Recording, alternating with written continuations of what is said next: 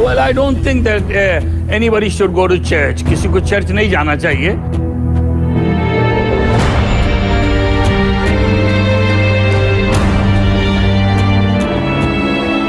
हाँ, मैं सोचता हूँ कि अगर किसी को चर्च नहीं जाना चाहिए, क्योंकि जहाँ ढेर सारे लोग जमा हो जाते हैं उसी को चर्च कहते हैं. चर्च कोई जाता थोड़ी है, चर्च तो बन जाता है. When you assemble together it becomes a church. जिसको आप चर्च कह रहे हैं, जिसको दुनिया चर्च कहती है, वो चर्च नहीं है, दरअसल वो चर्च बिल्डिंग है.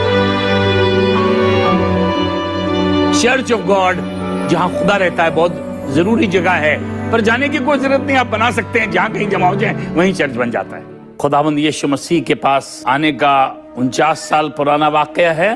पहले ही हफ्ते से मेरे अंदर ये महसूस होने लगा कि खुदा ने अपनी आवाज़ जो मुझे दी है, या अपनी पहचान जो मुझे दी है और मुझसे बातें करी हैं, इसका मकसद ही ये है कि मैं उसकी बातें, उसके इरफान की बातें लोगों को बताऊं. तो एक शख्स था जो मेरे घर से और जिस चर्च में मैं जाता था उसके बीच में रहता था. एक दिन रोक कर मुझसे कहने लगा, मेरी बाइबल की तरफ पॉइंट आउट करके, बड़े होगे, क्या खाओगे, कहाँ रहोगे?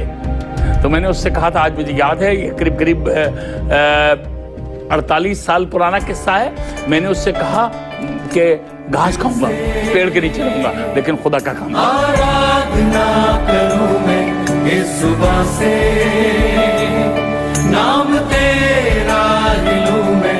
खुदा के काम का मतलब खाली प्रीचिंग नहीं. खुदा के काम का मतलब जो जो चीजें खुदा को अच्छी लगती हैं वो करूंगा, और मैं करता रहा.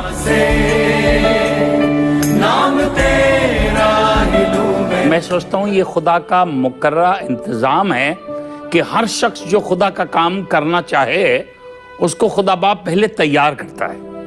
और उसकी तैयारी पैसे की कमी, लोगों की वसीले से मुसीबतों का खड़ा होना, दुश्मन, तंगहालियां, इन तमामों का आना इस बात का सबूत होता है कि खुदा बाप अब हमें तैयार कर रहा है किसी बड़े काम के लिए. यह हमारा सबसे बड़ा विजन ये है कि हम लोग रोज बरोज और करीब आए, इतने करीब आए कि हम बिल्कुल एक ही झुंड कहलाएं.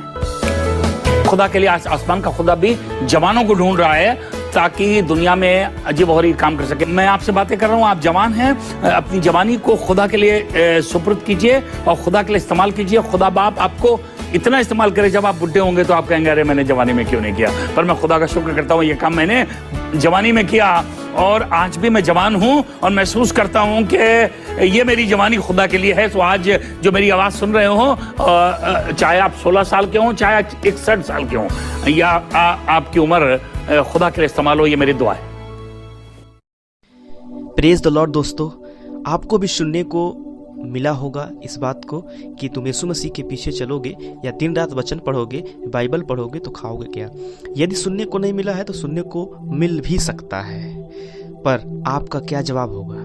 यदि आपका भी जवाब यही होगा, घास खा लेंगे, पेड़ के नीचे रह लेंगे, पर प्रभु के पीछे चलना बंद नहीं करेंगे, तो जरूर से कमेंट में लिखें या घुटने टिका के प्रभु से ये कमेंट जरूर करें. पर प्रभु के प्रियो, परमेश्वर के वचन कहता है, जवान सिंह भूखे रह सकते हैं परंतु मेरे डरवैये कभी भूखे नहीं रह सकते हैं. आप ऐसा कहेंगे तो, पर परमेश्वर आपके जीवन में ऐसा समय नहीं आने देगा कि आपको घास खाना पड़े. प्रभु के प्रियो, मैं आपको बता दूं, दाऊद 14 साल दुख तो उठाए पर 40 साल सुख का जीवन जिए थे. आप यूसुफ के बारे में जानते हैं, बचपन से दुख सहे, बचपन से प्रताड़ित हुए, बचपन से परेशान हुए, पर लास्ट में मिस्र के प्रधानमंत्री बनाए गए. प्रभु के प्रियो, यदि आप भी किसी ऐसे सिचुएशन से गुजर रहे हैं, किसी ऐसे हालात से गुजर रहे हैं, तो आप समझ लीजिए परमेश्वर आपको चेक कर रहा है और आपको अपनी तिजोरी की चाबी सौंपने वाला है. सो प्रभु के प्रियो, आप अपने विश्वास को टिकाए रहें और बनाए रहें. और यदि आपसे कोई कहता है यीशु मसीह के पीछे चल रहे हो, दिन रात वचन पढ़ रहे हो, क्या मिलेगा, क्या खाओगे, आप भी ये बात कह देना, घास खा लेंगे, पेड़ के नीचे रह लेंगे पर प्रभु के पीछे ही चलेंगे। और सिर्फ जुबान से कहना नहीं बल्कि आपके अंदर इस प्रकार की आग और भूख होनी चाहिए। प्रभु के प्रियो, याद रखिएगा, वो आपको ना छोड़ने का वादा किया है। उसने कहा तू जहाँ कहीं भी जाएगा मैं तेरे संग संग रहूँगा। तू नदियों से होकर चलेगा तो डुबा ना सकेंगी, तू आग से होकर चलेगा तुझे जला ना सकेंगी। वो आपको कभी ना छोड़ने का वादा किया है और कभी नहीं छोड़ेगा। प्रभु आपको आशीष दे। यदि आप इस वीडियो से आशीष पाए हो, इस वीडियो को शेयर करें ताकि और लोग आशीषित हों। जय मसीह की।